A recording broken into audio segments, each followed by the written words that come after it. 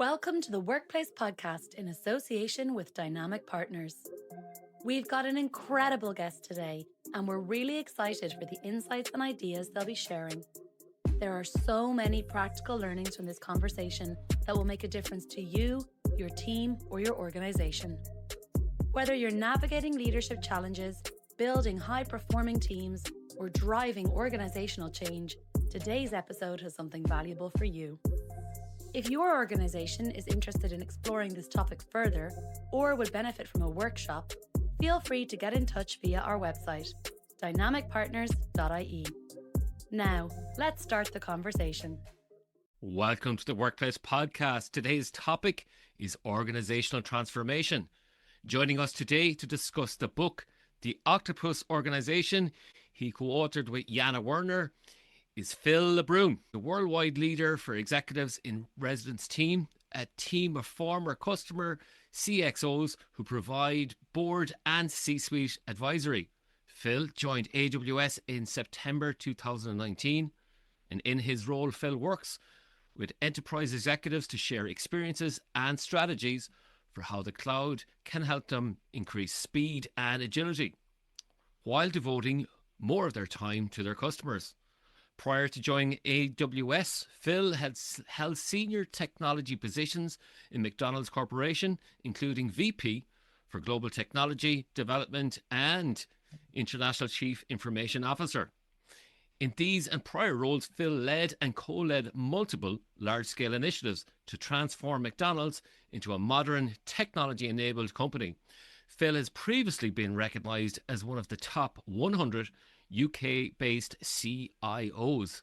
He is the co-author of the book, The Octopus Organization, a guide to thriving in a world of continuous transformation, published by Harvard, on the topic of organizational transformation. Phil, you're very welcome to the Workplace Podcast. Thank you so much for having me. So, Phil, as you can tell, I have lots of sticky notes here. I will be surprised if this book is not shortlisted for many book awards. And you've already told me that this has sold thousands already, and I can see why. And the reason why is there's 36 anti-patterns, which we will discuss later on. And it's outlined in the book is the way to address the systemic issues of what gets in the way of organizational success and transformation initiatives. So many executives will read this book and identify their own organization challenges, and more importantly, how to address them and the levers for change. So, for example, and we've discussed this, is this the yearly budgeting cycle or strategy process that feels out of date, not fit for purpose. And what I like about the book is it addresses many management and systemic issues that are common in the modern workplace. So I like the way the book is written, because you can start really at any chapter and get insights from that. And then the chapter ends with highlights, levers to create change. And I love the QR codes you have to the website and then the recommended 3 chapters that are related to this. So it's one of those books that can be easily digestible, especially with the mammoth task that is organizational transformation. So you don't have to sit down and read this book in one go. You can pick it up and make the changes as you go along. And I especially like the concrete examples like General Electric, which hopefully we discuss, Netflix and hotels. So a big congratulations to you and Jana. Thank you so much. And please tell me those post-its aren't errors you've spotted, but more highlights of the book. They're all highlighted. And I'll show you the inside of the book then as well. I was going through all the things that I like. That's brilliant. About the book. Yeah. So I have to say, I nearly ran out of sticky notes doing this. And at the start, I was kind of going, is this something I've read before or whatever? Because I've read so many books, and this is genuinely different. And I like the way that it's something that you can have on your desk in your office and just have a quick read of it. So that time where you need to be more strategic to go, what's going on here, or this is a pain point. I think that's is that the way you've approached this book? Absolutely. You can read it end to end if you wish, but it was actually designed a little bit more like, if you remember those books from your childhood, a choose your own adventure. which chapter do I read next? But it's really about holding a mirror up to organizations. And as we stumble on these challenges, how can you give some practical advice on how to address those? So really being almost an encyclopedia as well as a book you could read if you so choose. I definitely concur with that. So let's start with a riddle for our listeners. What animal has three hearts and blue blood? It's the octopus, isn't it? And that's the Octopus Organization. So why an octopus? Because some people might be listening in and they might say, quite rightly so, in their organization, the left hand doesn't know what the right hand is doing. We often have heard this. The Octopus Organization, tell me more. Why the octopus? It came from a number of conversations. It's actually partly inspired by my co-author Yana's daughter talking about it. And the octopus is this absurdly sophisticated creature that has the ability to shapeshift. It can change its texture, its skin. It has this remarkable ability to learn. It can even change its own RNA to tune its function. So when the water gets colder or warmer, it can edit its RNA to create proteins to better function within that environment. So to us, it was that adaptability that most organizations are looking for. And biology better represents a truly adaptive organization than mechanical devices like a tin man or an engine or a bicycle. So we loved the fact that the octopus has a brain, neuroclusters in each of its arms, so they can work independently, but at the same time, there's a central brain to be able to look across the landscape and look for patterns and the such like. So it was that beautiful dynamic of being able to push decision making to the front line of an organization, while also using the fact that you've got this large organization and be able to have this oversight and to do things like pattern recognition and sharing learnings across all your arms or across all your business units. And you just mentioned there Tin Man, and I like how you frame this, that the difference between a Tin Man and complicated organization and a complex octopus. Did I get that right? That this is how you framed it? Yeah, I think there's two aspects to that, and you rightly call that the complex versus complicated. If you think about something complicated, like a bicycle, you can pick up a manual and figure out how to change the wheel. You take the wheel off and put a new wheel on. You just replace a part without any implications to the rest of the bicycle. And that's how we treat organizations in many cases today. While an organization is truly complex, if I change the reward system or the hiring process or even the leadership, that has second, third, fourth, fifth order effects through the organization. Is quite often hard to predict. So we use this metaphor of the Tin Man from The Wizard of Oz to talk about traditional organizations. That it's a rusting, creaking construct. The Tin Man had no heart, no soul. You could take an arm off and replace it with another arm. So it represented more how we used to think about organizations as complicated, which sort of worked in the 19th century, maybe the 20th century, and arguably in a few organizations today. But most are truly complex octopus organizations. So then you speak about generative cultures. Like for our listeners, a generative culture, that seems like we're always growing here, we're always shape shifting. What's generative culture? Culture evolves. I think we often try and treat an organization as if it's complicated. We come up with leadership principles, and there's some funny leadership principles in organizations where we're not going to harm our employees. You have to wonder what happened that someone needed to write that down. Or we're going to become an agile organization, and they become slogans on walls which people ignore. What I find fascinating, we both work for Amazon. What I find fascinating about the organization is it has a generative culture. We have 16 leadership principles. Leadership talk about those principles. It's baked into human resource processes, hiring, promotions. It becomes part of everyday language. But that happens gradually, one change after another change after another change. I may change how I hire based on those leadership principles, But then if you're hiring based on leadership principles, then you should promote on those too. So you change your promotion process.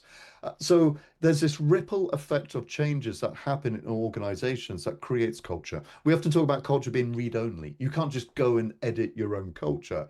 It has to be an intentional evolution through all of these small changes across a number of areas, from HR through to how you do finances through to how you run initiatives.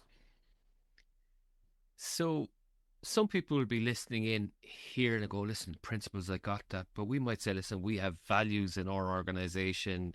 And, what I liked about what you wrote about in the book is purpose. That, okay, that the principles are the way that stop us from bottlenecks happening and how we make decisions and ownership. So can you speak to that a little bit more? Because I really like that piece in the chapter where you talk about principles, and it's like, do you have it like it's cosmetic and generic and self-evident as well? So can you speak to that purpose piece as well, if you don't mind? Yeah, purpose. I mean, us human beings, I think Daniel Pink describes this really well in his book Drive. I think all of us want three things: purpose, autonomy, and mastery. We want the Mm. skills to be successful, we want the space to practice those skills in, but we also want to feel like we're contributing to something bigger than just a job description.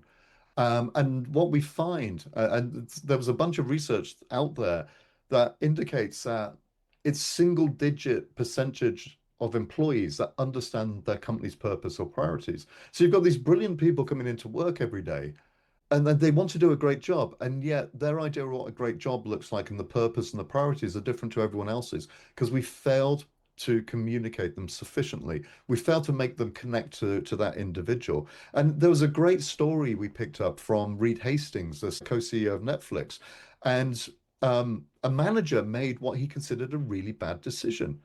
And then, as he investigated why that manager had made a bad decision, Reed realized that that manager had made the best decision possible based on the context he had. And the root cause was actually a lack of sufficient context and clarity about the overarching purpose of the organization. So it sounds really soft. And I'm an engineer by training. I like rules and formula and the such like. Yeah. But if you have that clarity of purpose, like Amazon, to be Earth's most customer centric organization, very simple. But the most um, powerful thing is, I think you'd find every Amazonian actually can recite that and relate it back to what it means to their job. That's when purpose actually really means something in an organization. What you just said there, right, seems so simple. Yet when I go into organizations, you have interdepartmental conflict going on because, listen, let's protect our patch, let's do our job, this is our priority, we've competing priorities. And then in an organization, we've 15 priorities and there's natural tensions there. And because it's so complex, we don't have time to figure it out. We don't have time to communicate. Like, that's just, AWS, they have loads of money. You know, that's a luxury. Or Netflix, that's a luxury. So if people are listening in here, like, what is it you could reassure them to say, listen, you know what? When it comes to priorities or principles or that transparency piece, what advice would you give them?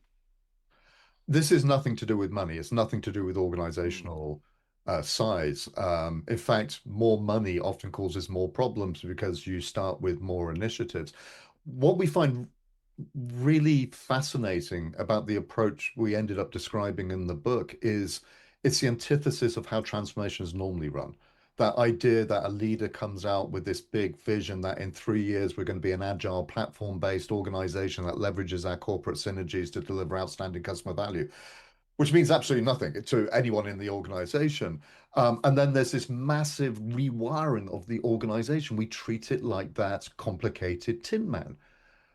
What we advocate for is what in Amazon we'd call a day one culture, is this idea of continual transformation. However good you are today, you can be better tomorrow. And we had a chief transformation officer of a mining company that put this really well, which was if you can light 1,000 fires in your organization, if you can have 1,000 people or 10,000 people who understand your purpose, understand your priorities, and actually feel that they have agency to improve their job, that is far more powerful and sustainable than trying to drive a single top-down transformation. And we know most of those transformations fail to deliver the results, and they're incredibly disruptive and soul-destroying at the same time. And that's where I like in the book where you talk about ownership in an organization, and then you talk about when decisions are made or people feel disempowered, it's because there are gatekeepers there where you again have promoted guardrails. Am I remembering that correctly? Yeah, you do. You do. It's most organizations have gatekeepers. So Mm. I do something, but then I have to go and get sign off from security and from compliance and from regulatory and from a governance team. And the story we loved was one about pigs and chickens, which describes this and sort of resonates when we talk about it. Is quite simply a pig and chicken walks down the road, and the chicken says to the pig, "Let's open a restaurant." A pig says, "Great, what are we going to sell?" Chicken says, "Well, clearly ham and eggs." And the pig stops and says, "Well, it's okay for you. You're involved, but I'm committed." And this is what we see in organizations. I'm not suggesting we call people pigs. We call them single-threaded leaders within our organization. But this idea that you actually want someone to have end-to-end ownership for delivering value. But often we have all of these chickens in organizations who come in and lay a couple of eggs and then leave again, or deliver part of a decision. Or if they're a gatekeeper, it's easier and securer to say no to something. Because if they say yes and there's a problem, then they're involved. So, how do you give true accountability to people? So, how can you get rid of those gatekeepers and actually building guardrails? And when we think about guardrails, it's a little bit like a train track. The way trains are architected or the worlds are architected aren't to rigidly sit on the rails, but there's a lot of flexibility, keeps it within the bounds of safety. Guardrails and organizations are very similar. It starts with things like culture and purpose, even ways of working. So, whenever anyone starts an initiative in Amazon, we start by identifying the customer, the one big problem we're trying to address, how we know we're going to be, how we know it is successful. Basically, we call it a press release. What does the press release say at the end of a successful initiative? That's a guardrail because everyone starts the initiative with the center being the customer when they start writing this press release. If this conversation has you thinking about getting better at conflict in your team, now is a good time to act on it. Resolution intelligence helps leaders bend the arc of conflict toward healthy resolution, navigating challenges with confidence and saving time, money, and relationships. Visit resolution-intelligence.com to get your personal resolution intelligence report and take the first step. Just something came to mind as I said the press release then is jargon in organizations. And then and this is what happens very, when a new strategy initiative comes out or something like that, and then they're going, okay, and this is agility. Okay, well, what isn't that the same what we're doing before? Like there's no real difference, or can you speak to that jargon piece? Because this is where, you know, people are unclear then, isn't it? And that how is that different to what we're already doing? And that's why some initiatives fail. Yeah, I think it's the old thing about I'm sorry my letter's so long I didn't have time to make it shorter. I'm in an organization that has a written culture. It puts a lot of effort on clarity of thinking. And it's if you think about PowerPoint, for instance, it's really easy to dump a few bullet points and a few sound effects up there and just talk. And it brings no clarity. And then we make it worse by weaving out organizations with jargon. Now, some of that jargon is just shortcut. So if you're an accountant, you're talking about OPEX and CAPEX, and everyone knows what that means. But when a leader says something like, we're going to streamline our operating model, what does that mean? Well, I'm going to translate that in one way as an individual, which is, you mean there's going to be layoffs, don't you? Or we're going to circle back and take this offline. Uh, Normally that's me trying to say to you, I don't actually agree with you, and I can't be bothered to have the argument, but maybe afterwards we can talk about this so I don't look embarrassed. So we use this as a way of disguising what we're trying to say, or sometimes simply we don't quite understand what we want to say, and we code it with all of this jargon and organization. And that lack of clarity is poisonous. Again, it goes back to this idea that if you say something and three of us hear it in a different way, we're going to go back to our functions and translate your dictate, your mandate into three different ways and create into three different initiatives and create more friction between the organization. So we often talk in Amazon about weasel words. Well, a significant number of customers are going to use this. How many? What's significant? What experiment are you going to run to find out what significant actually means? So it takes on very different guises in organizations, but it's there's a reason that's the first anti-pattern we talk about is it's so pervasive and we do it without even thinking about it. So we talked about the autonomy piece earlier with Dan Pink, okay, and that motivation piece and being connected to purpose. And linked to that then is ownership. So I might say, listen, I'm going to trust you to lead on this, and you're going to own this, right? And how should we view ownership in modern organizations? And this is where I'm coming from is sometimes when I'm given ownership, how might I respond? Or when it comes to taking ownership, what do I do? Like, what are the things that leaders struggle with now at the moment, and how can we overcome them? One of the most common things we see is artificial ownership. Mm. So I go to someone and say, "Hey, Peter, you own this decision."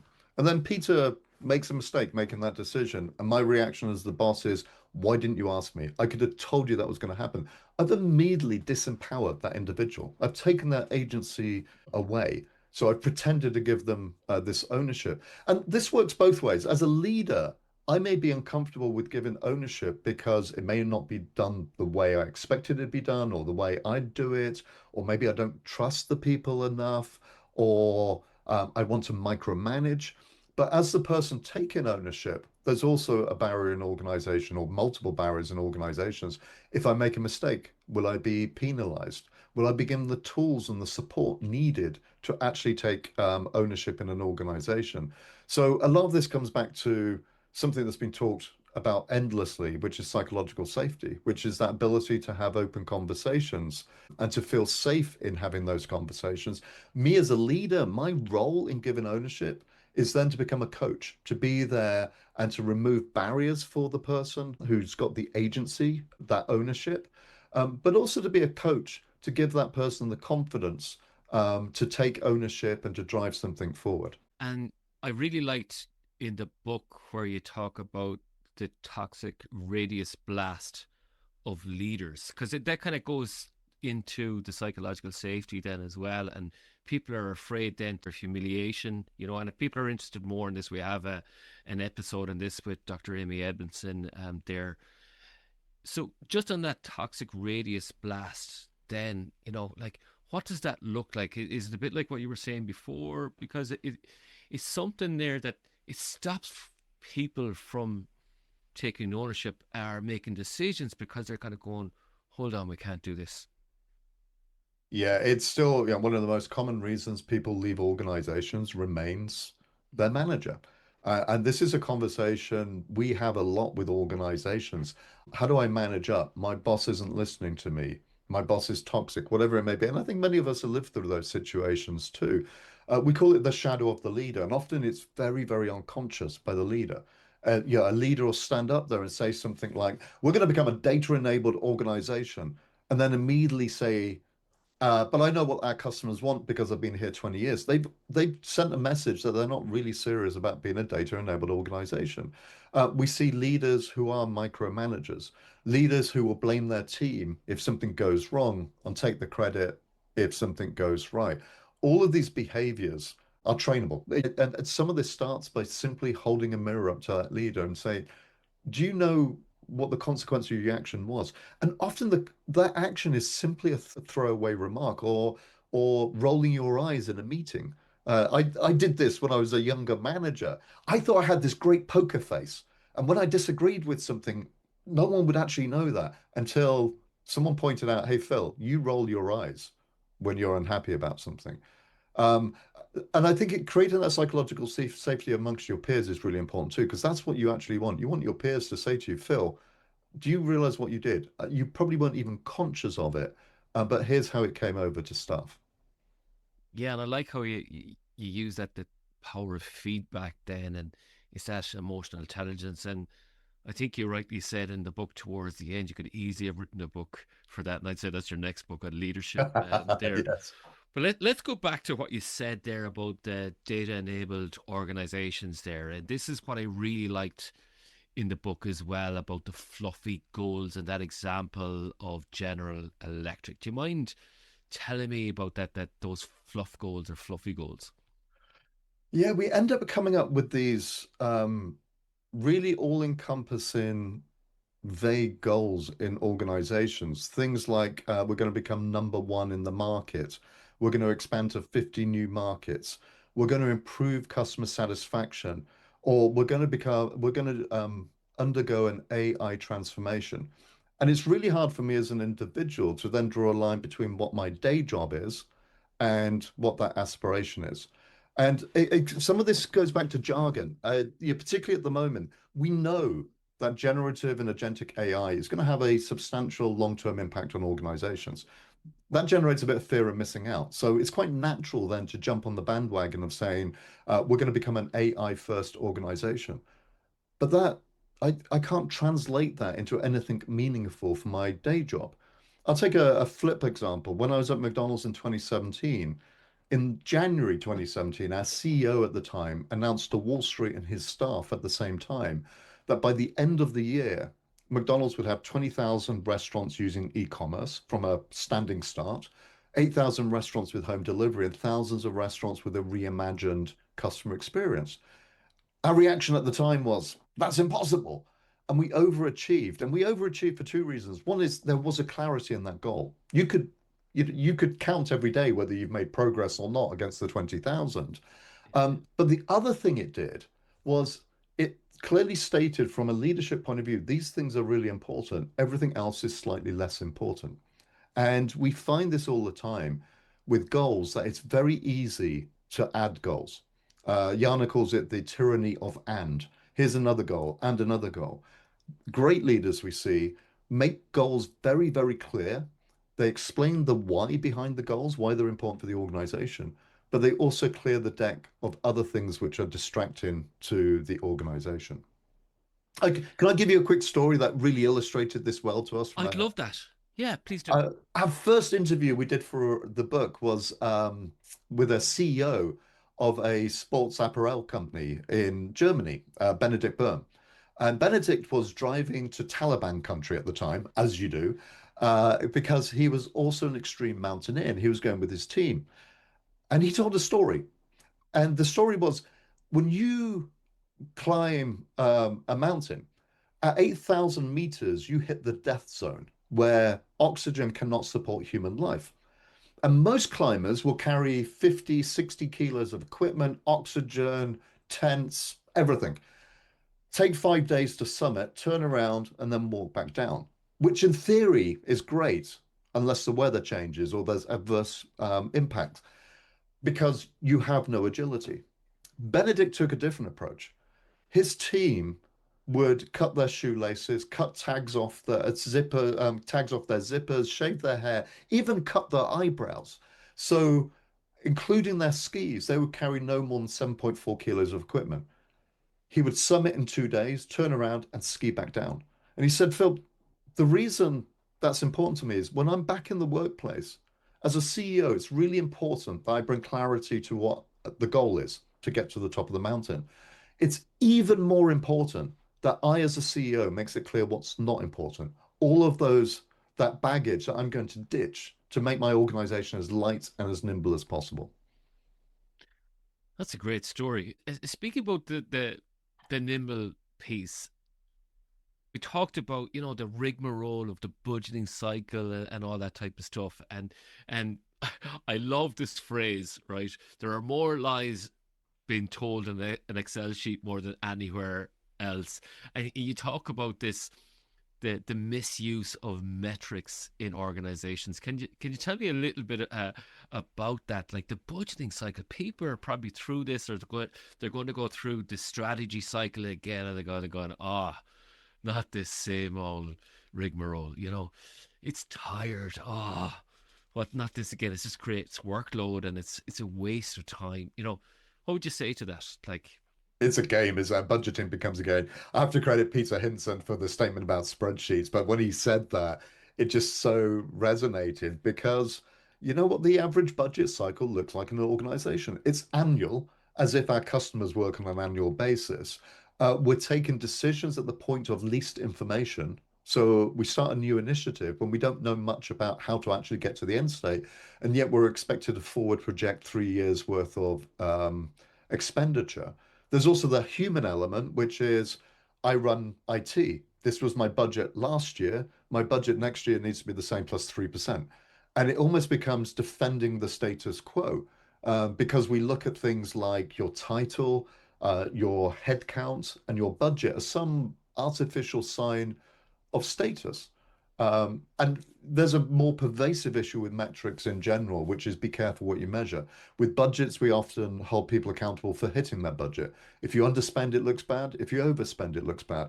So guess what happens? We end up hemorrhaging money on useless things because people want to come in on budget. Or we start measuring the wrong things to prove why we need the budget. How many downloads have I had my application of my app?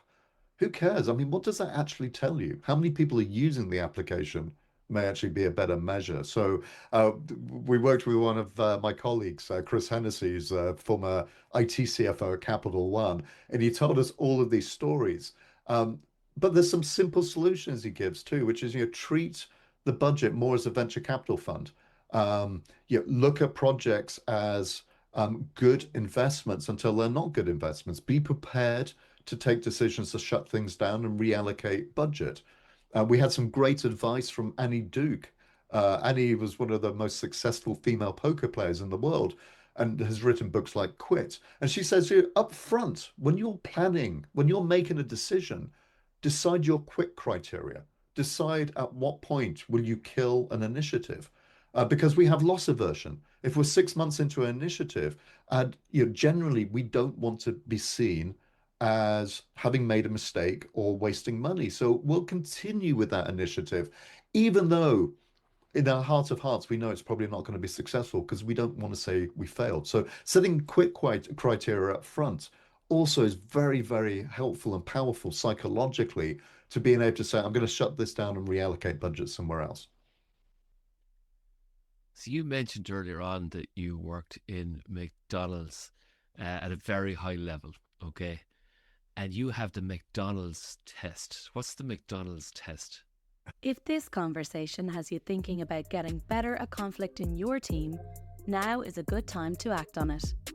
Resolution intelligence helps leaders bend the arc of conflict toward healthy resolution, navigating challenges with confidence and saving time, money, and relationships.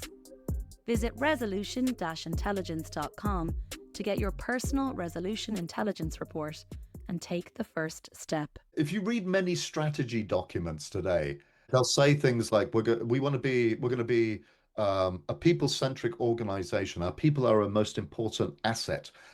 We're going to be the most sustainable organization, the most agile organization in the work in our industry. We're going to be customer-centric, driven by the very needs our customers have. Number one is you've just said you're going to be the best at everything. You haven't narrowed the scope. You haven't focused on what's really important.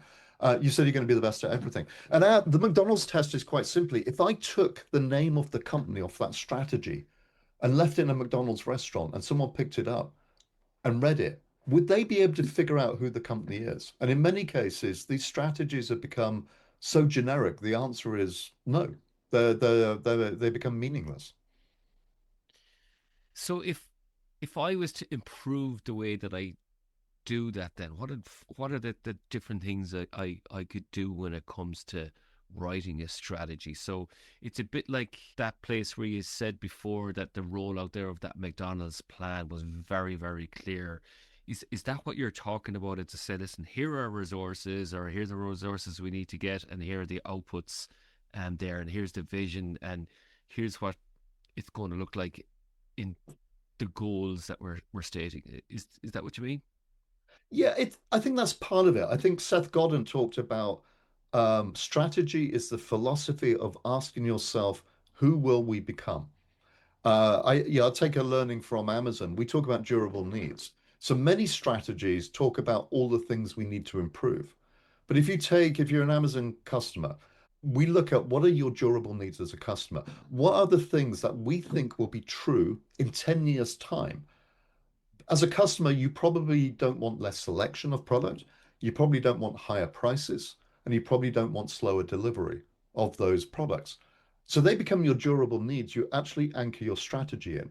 They are easy to explain to anyone in the organization, and they're also resonant with everyone in the organization. They can, day to day, they can say, what am I doing in my job that actually helps improve those durable needs? And then the second thing goes back to a fundamental of leadership. And we spoke to Indra Nooyi, the former CEO and chairperson of PepsiCo.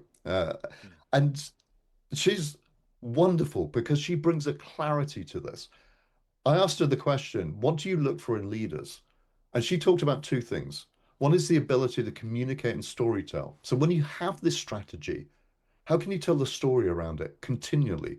Because even at a CXO level, studies show us that just over 50% of leaders understand their own strategy. And then you get deeper into the organization and it becomes even more vague. And then Indra also talks about curiosity as another leadership characteristic. From a strategy point of view, that's important. Obviously, looking out in the marketplace and thinking about what our customers really thinking about.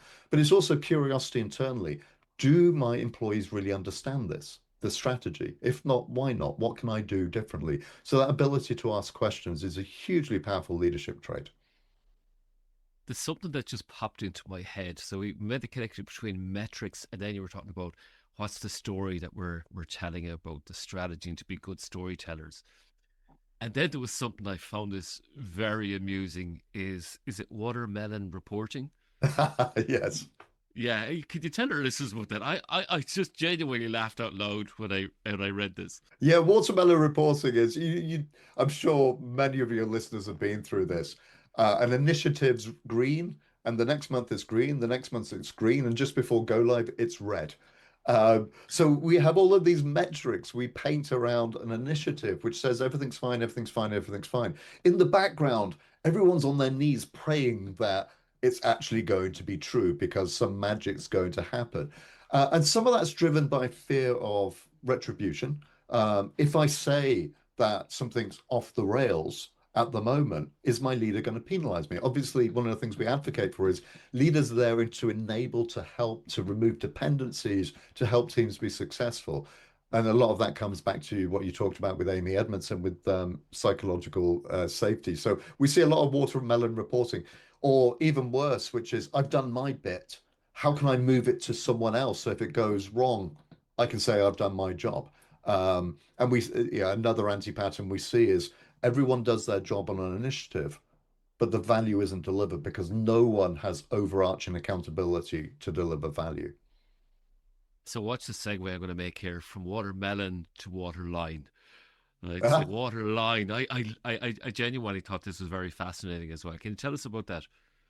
Yeah, that came from Gore. When we think about decisions, decisions are normally made way too high in the organization. And there's many reasons for that. One could be maybe I was junior in my organization. I used to make decisions about tools. And then when I got promoted, well, I've always made decision about tools, so I'll keep that decision. And as you move up the organization, you keep decisions which should be at the front line of your organization. The other reason decisions are made too high in organizations is a little ironic.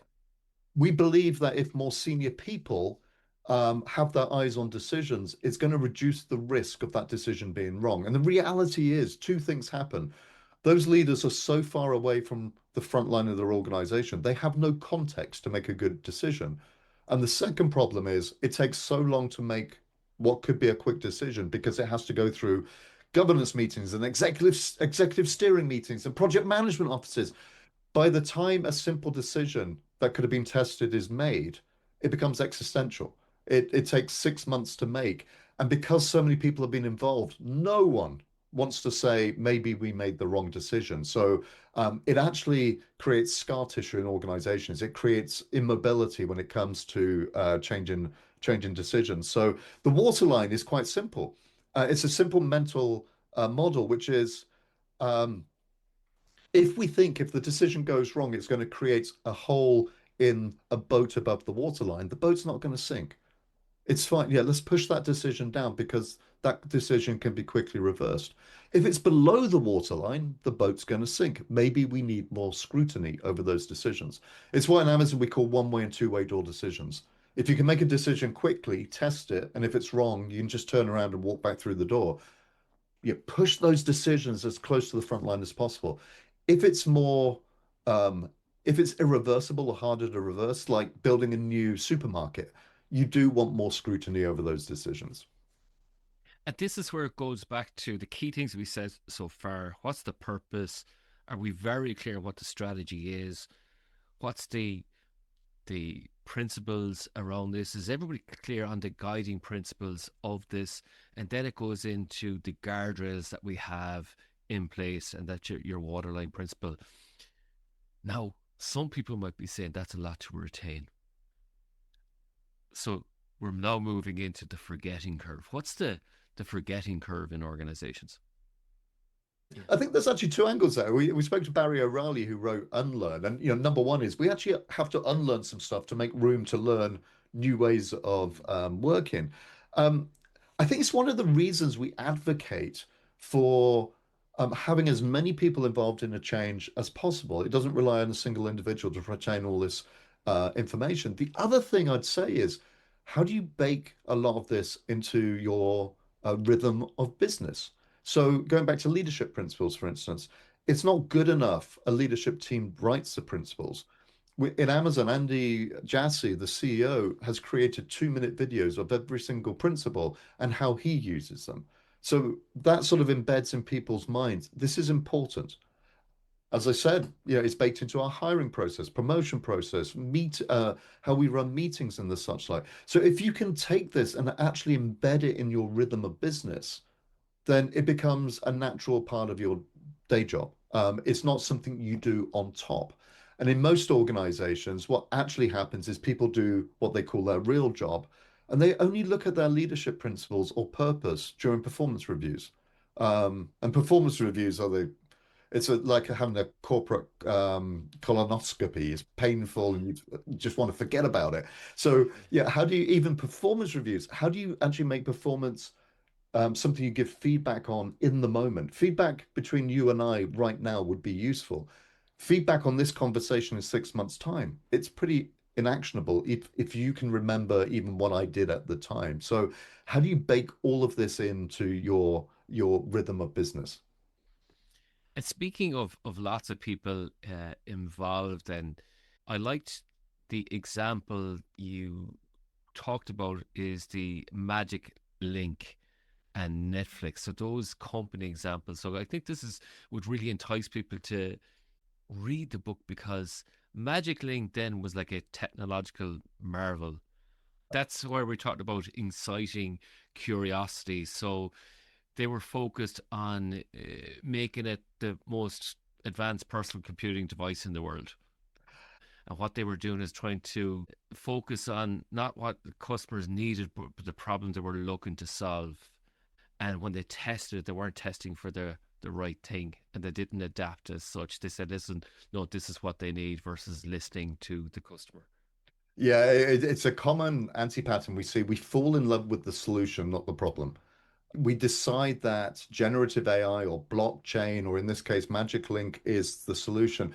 We spend all of our time with ourselves, with proxies for customers, not talking to actual customers. We build something, and if the customers don't like it, our natural reaction is to say, we picked the wrong customers. Let's go find customers who really get what we're trying to do.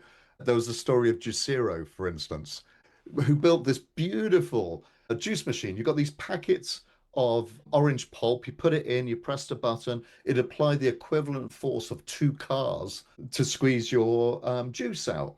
And as someone pointed out, you could just take the packet and squeeze it in your hand and get the same result. So they'd fallen in love with this idea that people needed a machine to create juice. And they built all of this complicated technology, which was Wi-Fi enabled and the such like. And I love the quote from Einstein around this. If I had an hour, I'd spend the first 55 minutes figuring out what the real problem is.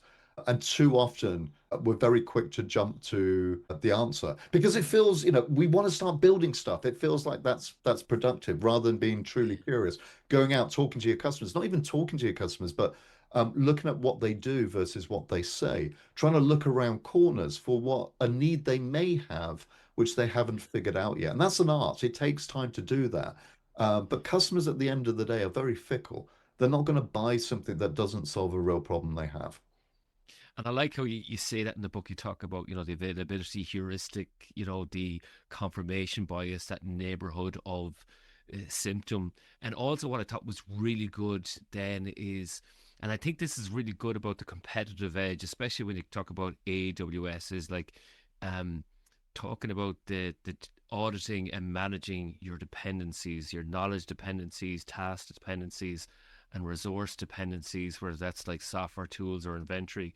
And this is where Netflix came in, didn't it?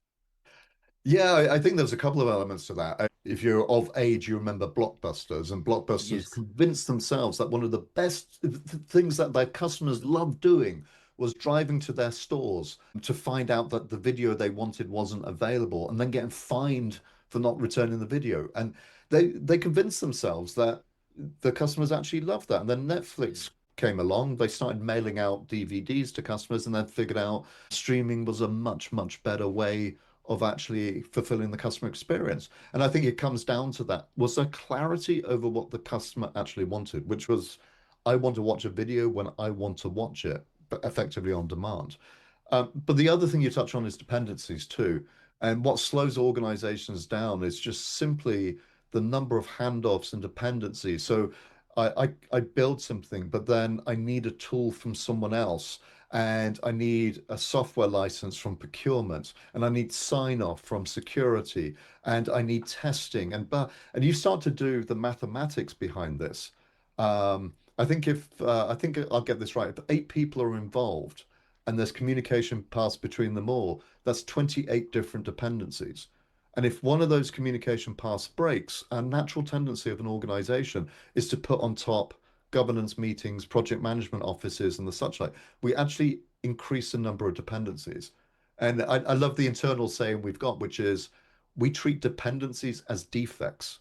If I have to talk to you to get my job done, then how can I reduce that dependency or how can I even eliminate it? Because we're trying to optimize for speed. The faster I can build something, the faster I can test a hypothesis, the faster I can find out whether it's the right approach to take, the more likely and the faster I can change my mind or take a different decision.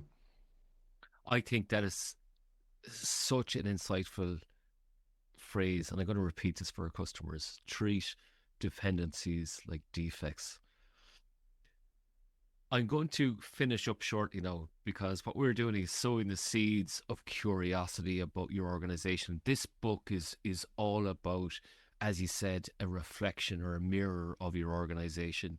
And just with that, then with that seeds, then I'm making another segue here. It's the book where you call on people to be the patient gardener. Well, we need to treat organizations like a gardener. We often treat organizations like we're building a one-time project. We've set up a strategy, we've set our culture, we've brought people in, we've trained everyone on our culture, job done, let's move on to the next thing. And what happens with those traditional transformations is as soon as you stop, you start going backwards. Things atrophy. We think of organizations more like gardens. You don't go and weed your garden once and say, we're done. You want to create an environment. And it's actually um, Astro Teller, the CEO of Alphabet's Moonshot Labs, who talked about creating compost for great ideas.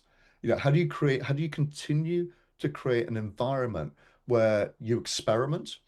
Some of those fail, some of them succeed, but all of that creates compost for learnings and for new ideas. And so you tend this like your garden. You continually look out for the weeds that are growing at the edges. Or in an organization's case, maybe it's decisions that are starting to slow down.